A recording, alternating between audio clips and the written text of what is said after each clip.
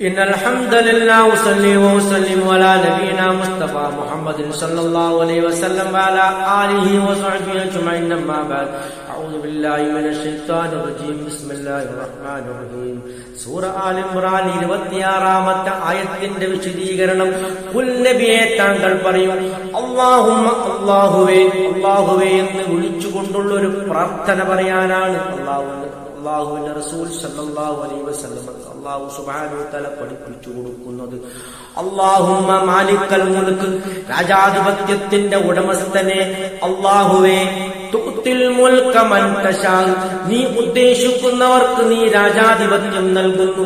വതൻജിഉൽ മുൽക മിമ്മൻ തശാ, നീ ഉദ്ദേശിക്കുന്നവരിൽ നിന്നും ആ രാജാധിപത്യം രാജത്വം നീ എടുത്തുകളയുന്നു, നീക്കിക്കളയുന്നു.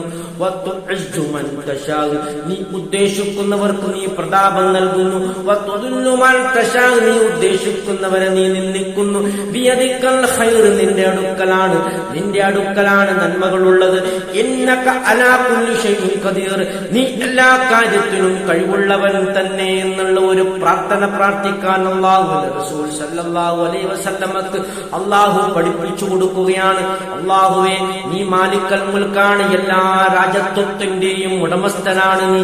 അത് മാത്രമല്ല, നീ ഉദ്ദേശിക്കുന്നവർക്കാണ് നീ അത് നൽകുന്നത്. നീ ഉദ്ദേശിക്കുന്നവരിൽ നിന്നും നീ അത് എടുത്തു കളയുന്നു. അത് മാത്രമല്ല, നീ ഉദ്ദേശിക്കുന്നവർക്ക് നീ പ്രതാപം നൽകുന്നു, നീ ഉദ്ദേശിക്കുന്നവരെ നീ നിന്ദിക്കുന്നു.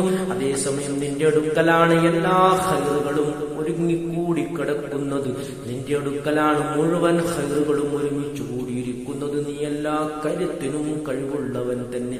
ഈ രൂപത്തിൽ പ്രാർത്ഥിച്ചാൽ ആ പ്രാർത്ഥനയ്ക്ക് ഉത്തരം കിട്ടും എന്നാണ് പണ്ഡിതന്മാർ നമുക്ക് പഠിപ്പിച്ചു തരുന്നത്. അത്രയും വളരെയധികം പ്രയോജനപ്രദമായ ശ്രേഷ്ഠമായ ഒരു പ്രാർത്ഥനയാണ് നമുക്ക് ആൽ ഇംറാൻ സൂറത്തിൽ കൂടി അല്ലാഹു സുബ്ഹാനഹു വ തആല പഠിപ്പിച്ചു തരുന്നത്.